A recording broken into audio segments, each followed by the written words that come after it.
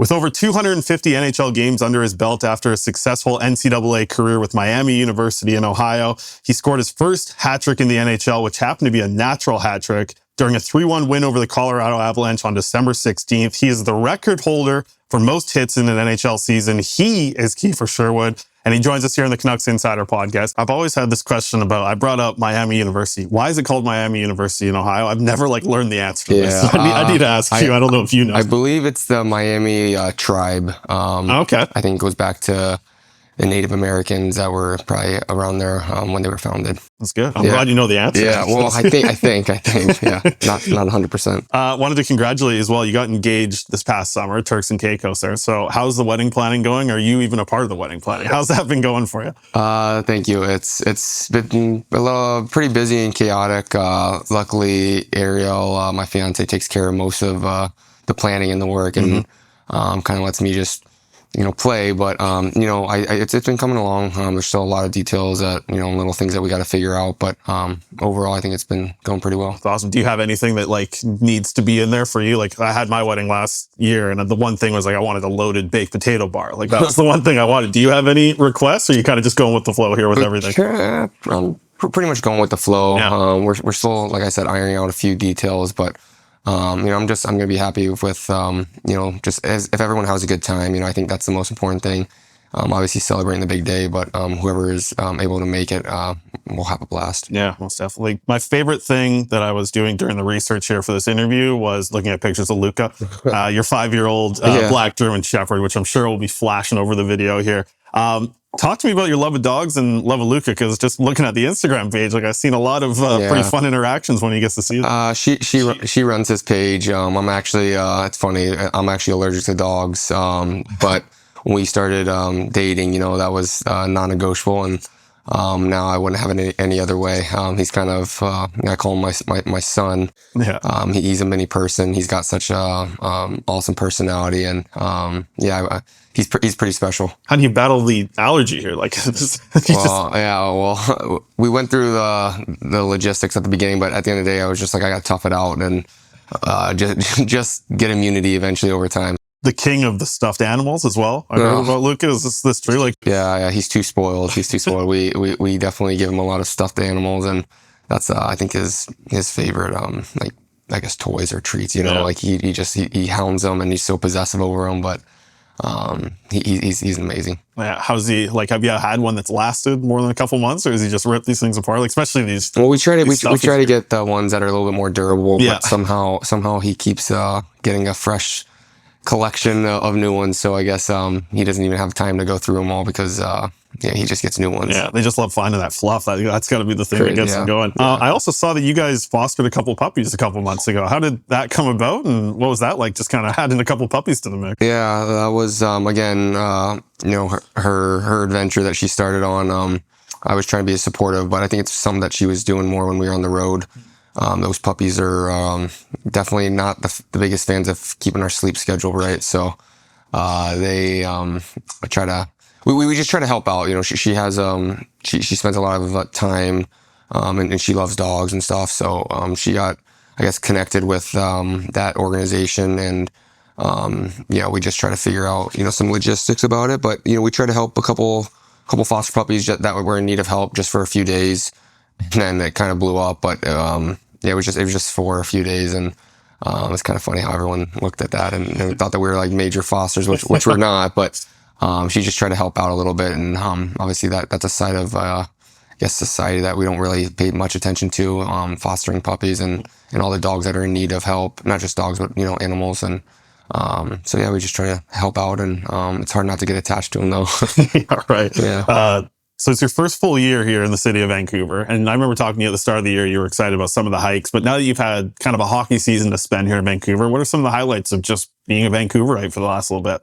Well, I mean, we're playing every other day. It's a lot, but it's special. I've never been part of a community or city that kind of lives and breathes hockey as much as Vancouver. So it's my first experience with the Canadian market, and it's been going well so far, but at the same time, it's just, I think we're so, like I said, we're playing so much that we're just trying to go about our business, and then whatever people pick up or whatever, it's just extra. But Yeah, it's been going well so far. I think a lot of different diversity in food, foodie spots that, we love food and we try to eat out as much as we can, or select good places to try, and there's so many different options here. But yeah, the city is amazing, especially once that sun comes out. Just puts an instant smile, and you feel good walking outside. And I've never been actually part of a city too that has such amazing views with the water and the mountains, and just a clean feel, I guess. So it's been going well so far. And you mentioned the fans there a little bit as well. Like, when you signed here, did you have any idea in your mind that you'd be going out there having 17,000 people chanting your name? Like, to get that experience here in a Canadian market, like, it takes a certain type of player playing a certain type of way to get that. So for you to get that response, like, how has that been for you to take in as your first year as a Canuck? Yeah, I mean, it's been overwhelming and crazy for sure. I didn't even know how to respond when I heard it, but no, like I said, it just goes back to the fan bases and city's passion for the game, and I think they resonate and appreciate someone that can just put it all on the line, and that's. I'm one of many guys that do that, on the team, and it was pretty cool for sure. And now it just makes me, once you get a little taste, you obviously want to give them more and more excitement. So that's what we're working towards now. Yeah, and it must be interesting for you because, like, you grow up as a kid in Columbus, you get the Blue Jackets who come to town, and obviously must have been a huge thing for you to kind of get into hockey. But here in Vancouver, it's like 50 years of this organization and growing up. But for you, what were some of those things when you were a kid that got you into the game so much and just wanting to be a hockey player? And ultimately, you and your brother, it felt like was it a whole family thing? Because both of you guys getting to the pro level, it had to be something that clicked for you guys when you were young, I assume. I think it was, him being 2 years younger helped both of us. Just we pushed each other. We battled a lot.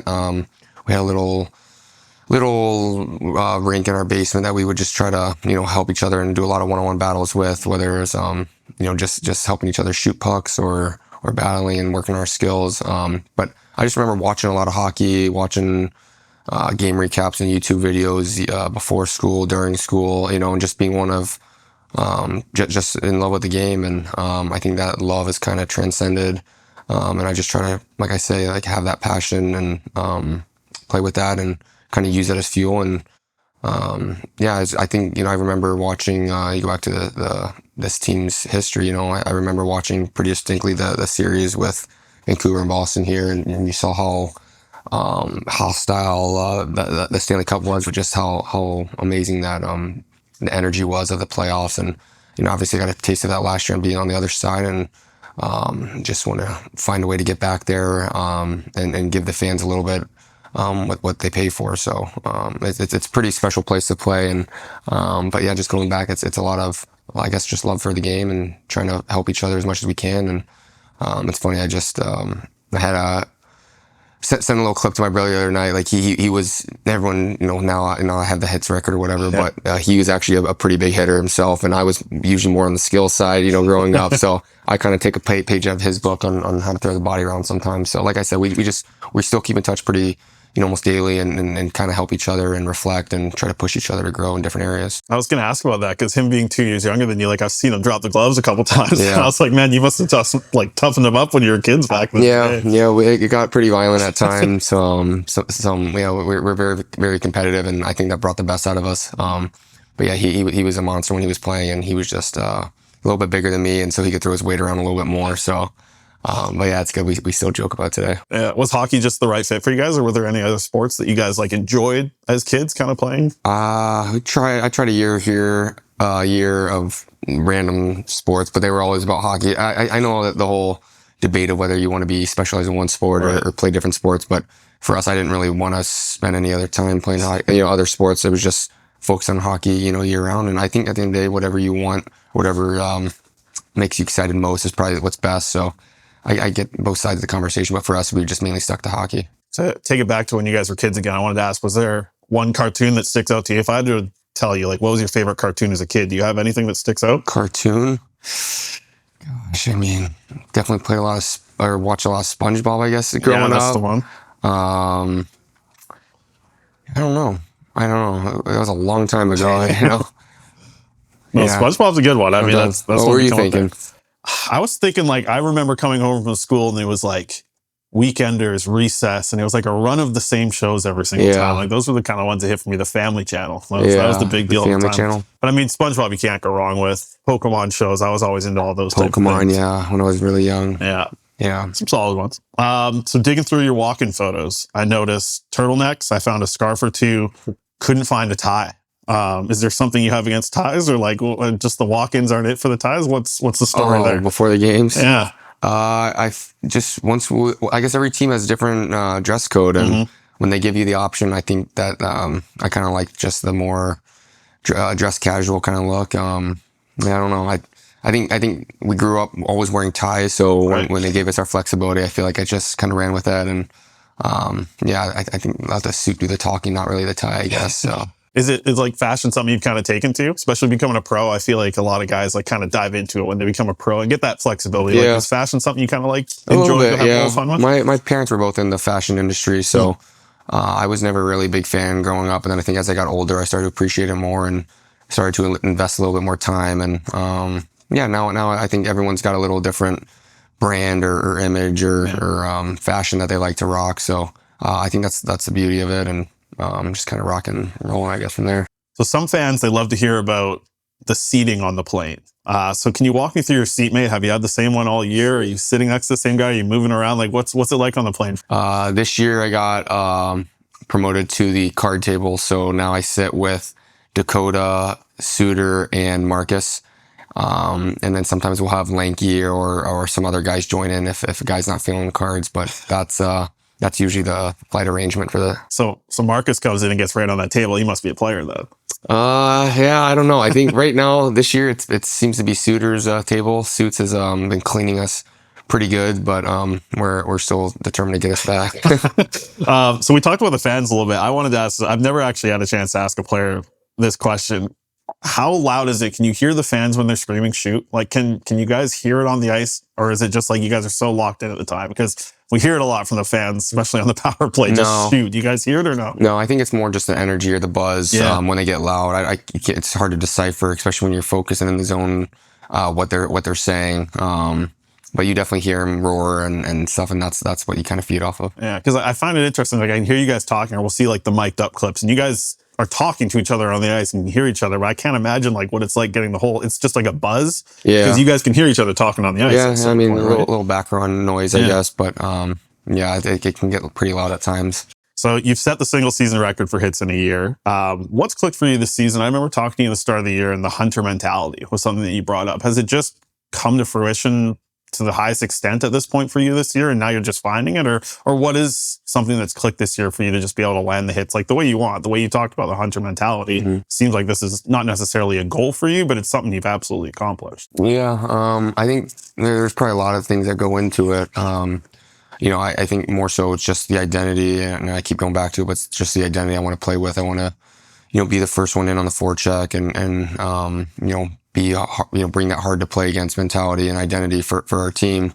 And then I think it's as you get more comfortable and grow your game, I guess you start to, you can kind of pick your spots of when to land them. And I guess obviously this year it's been more so, but I think a lot of it too is just guys, understanding and appreciating, people's games. And I give a lot of credit and appreciation to the coaching staff for giving me the freedom and to kind of play my game. We always talk about just, keeping it contained sometimes and not just running around, but, I think there's a time and a place, and, I try to deliver as much as I can and just be that consistent physical presence, on and off the ice. So that's just something that I've kind of grown to embody this year, and I want to continue to grow and work on that side of things, and just continue to bring that physicality for our team. What's the feeling of like when you land one of these hits and Rogers Arena goes nuts? It seems like for every single one you throw this year, and you got about 300 here on home ice. So like, what's the feeling just kind of taking that in from the fans and seeing them? I feel like you enjoy the moment when you throw a hit, and I think the fans do as well. So kind of getting to enjoy it together. I'm a big believer in energy and how much it is not just.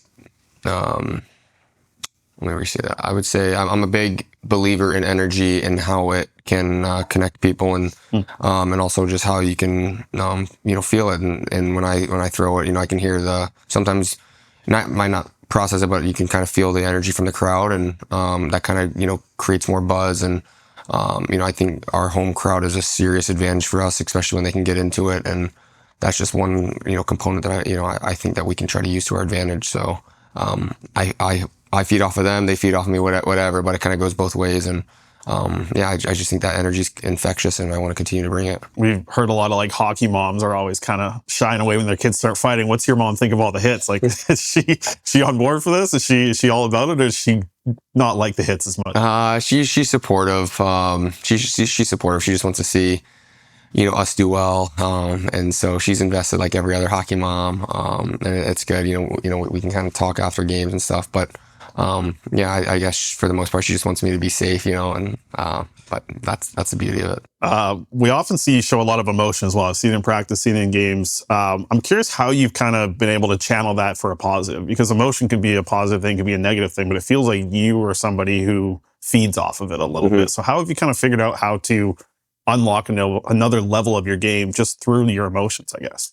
No, that's a good question. I think that's been probably part of my growth process as I've grown older. Is when that I guess when that puck is dropped, like we all get in that competitive mode, and that is something that's it's probably a double-edged sword for me too. Like, I got to contain it and make sure that it doesn't fester or go in the wrong direction. But I do try to feed off that energy, and I try to get myself to a emotional engagement to where I'm invested very heavily, and I can channel that. I gotta obviously play with that fire and that hatred towards the other team, and so I gotta ramp myself up sometimes, or whatnot. And I know it sometimes might look funny, but it's just me trying to get to be at that best level that I can be at, and channel it the right way, and then that way I can just kind of unleash it on the other team and do what I do. So that's kind of I guess behind it. Yeah. Is there anyone from the coaching staff that's kind of helped you find that? Like, these are longtime pros that you're working with. You're with the Sedins and Talk and Footy. Like, I have to assume some of them have been able to kind of channel the emotion a little bit, or figure out how to use it to the best advantage. Like, is there anybody that's I think I try to just it's all it comes from a good spot, and I just it's that go back to that competitiveness. I just try to bring that each and every night. But I think everyone is always wrapped up in what they're doing. But and that goes back to what I said earlier, just about how much I appreciate the flexibility and the freedom that I've gotten this year. And obviously there's things in my game that I'm still trying to hone in on and grow, because there's different levels that I can get to here. But they do let me kind of just be me, and that's one of the best compliments or things that I can take away here. And had a good coach. I've had many good coaches, and I try, as a player, you just try to take away a little bit from each and every coach. Appreciate you taking the time today, giving Canucks fans a little look into your life a little bit here, and joining us here on the Canucks Insider Podcast. So good luck rest of the season. Thank you. Have a great off season. We'll see you next year. All these type of things. But wishing you the best. And Thanks, I know Chris. Canucks fans will be cheering your name once again at Rogers Arena. Appreciate Thanks, it. Kiefer. Thank you, guys. For the second part of our episode, we are launching a new Building Blue segment on the podcast where we catch up with a Canucks prospect to learn more about them and discuss what they are up to. This week, we are joined by Calgary Hitmen defenseman Sawyer Mynio. Mynio is a two-way defenseman who played for Canada at the most recent World Junior Championships. He was the main piece in one of the biggest trades in the WHL this season and is excited about going on a playoff run with his Hitmen. Let's get into our interview with 2023 third-round pick, Sawyer Mynio. We are happy to be joined by Sawyer Mynio. He's a third-round pick of the Vancouver Canucks in 2023. He is in the second round of the WHL playoffs. Sawyer, your Hitmen just rolled through the WHL first round sweep. You were the only team in the WHL to get a sweep in that first round opening of the playoffs. What is it like right now with the group? What's the confidence level here with a couple extra days off to get set for round two? Yeah, it's great. Obviously, we had a few days off here, kind of reset, get ready for Lethbridge. They're a good team over there. We're playing in the second round, so just getting ready for that. We're all excited and very confident, so it should be good. So what do you think of your group in the first round? Obviously, you went off 4 in a row. You got to think you're pretty well. Scores were all pretty good in your guys' favor. So what's working for the group the most right now? Yeah, I think we're all just clicking. We're having a good time every day at the rink, coming to practice. And then just the games, we're just enjoying it. Get on the score sheet. We love to outscore our opponents. And, our special teams have been great. So everything's clicking in right now. That's awesome. And for you just fitting in, I know you come in at the trade deadline there and kind of jump in here. You got a good amount of games to kind of play in the regular season. So I have to feel that you're pretty comfortable now as a hitman. Yeah, very. I think I got almost 30 games with them. So yeah, it was a good stint with them at the regular season, now playoffs. So it's time to real dig in. So you got a decent stretch there, but you've played more in the WHL playoffs than that. You've got over 40 games played already underneath your belt. You got a Memorial Cup. How different does it feel going into this playoffs and kind of knowing what you know about the WHL playoffs and kind of what to expect here for this third go at it? Yeah, it's different. Obviously, I'm one of the guys that they rely on a lot, especially on the back end there. Playing some of the most minutes on the team every night. It's nice. Everyone's eyes are on me and everything like that. When I was in Seattle, I was kind of more a third line role guy, special teams guy on the PK. So now I'm playing all different situations, playing a lot of big minutes. So it's a nice change. And what's it been like for you kind of keeping that PK mentality as well? Because obviously that's something like you did in the Memorial Cup. You did that with the Thunderbirds, but now you're kind of doing a little bit of everything, like you said. But I have to imagine like the penalty kill still kind of holds a special place in your heart. Yeah, definitely. Kind of got me where I am right now. So, I always value that as a strong asset of mine, being out there on the penalty kill. And I know you've grown your game a ton since your career in the WHL started. What's something this year that's kind of been a part of your game that you think has really taken a step? Yeah, I think my shot as well. Last year, I think I kind of used it a lot more. And especially this year, I think I'm just getting stronger and everything like that. Just learning the way the goalie saves the puck and everything like that, doing lots of goalie videos. So that's another way I can change my game and read the goalies differently. That's interesting because you kind of brought up like the mental side and the physical side there. So kind of meshing those two things together, that's kind of the way that your slap shots kind of develop, because I'm seeing a lot of highlights here on the power play. You seem to love that right half wall and just kind of letting it rip from there. Yeah, we have a good unit there. Us three up top, Parker and Howe. We click real well on the ice, so it's nice out there. That's awesome. And something else I've noticed, especially at 5-on-5, the way that you're kind of working the blue line a little bit more, it seems like a lot more confidence this season. The thing I noticed the most though is like you're finding pucks, you're finding sticks with your shots from the point. You're kind of looking for deflections a little bit more, and that's something that when I'm out in Abbotsford, I've learned that from a lot of the guys who are in their first year, is saying like guys at the pro level are so good at making those tips and being able to just kind of make a point shot a little bit more effective kind of as a shot on goal. Is that something you've been kind of developing a little bit? Because it's starting to show a little bit in your game just from watching you. Yeah, we work on it a lot here. After practice, forwards are always tipping pucks, and we're always finding lanes to the net. So it's really important that we keep working on that. We do it all the time, so it's definitely paying off in the game. So it's awesome. What's it been like kind of coming in and just having a new coaching staff as well? Like I know you said you got 30 games with them, but is there anybody that's kind of stuck out to you that's really helped you kind of elevate your game here now that you're heading into the playoffs? yeah, our head coach for sure, Paul McFarland. Kind of used with the Kraken for a few years. He's a longtime pro coach, so for him to come down and coach us, he's been great so far. He's real hard on us and expects us, to be our best every night, and just challenge us to go pro next year. And he's doing a good job of that so far. That's awesome. What do you like about a hard coach? Because I know some people, it can rub people the wrong way, I guess, a little bit. But you kind of mentioned that you kind of enjoy that a little bit. What is it about a hard coach that you kind of like? Yeah, I think he just expects you to be your best every night. And if you're not, you'll hear from it. But, he's real good at understanding, if you have a bad night, obviously you can bounce back from it right away. He just expects a lot from you. Obviously, I'm a top guy, so he expects it from me every night. And I know we've talked about this, and I think we put it in an article at Canucks.com, but just the whole experience that you had kind of going to the World Juniors, getting traded right after. I think I talked to you just a couple weeks after that, and you're still saying it's kind of a whirlwind at that point. Like, it must be nice to kind of just be like settled in, know where you're at, and kind of heading into the playoffs. Just looking back, I guess, at that whole month of December and kind of going into January as well a little bit. What was that like to kind of learn from for you as a guy who's such a young age, but you went through so much movement and change in your life to take that on at 19 years old? What was that like? And kind of looking back at it now, how do you kind of evaluate that time? Yeah, it was definitely crazy time there. 3 or 4 weeks was pretty hectic. But, it's kind of what pros like. You get traded really any day. So it's kind of an eye opener for that. You can never just settle in one place. You always got to be ready to, move if you have to, or change your role in the game if you have to. And I know the Seattle fans, they loved you when you were there. So just like to speak to what it was with your time with them, I know that we've talked about this in the past, but just the years that you spent in Seattle, for the Seattle fans that are listening, you have anything to say to them for the support that they gave you?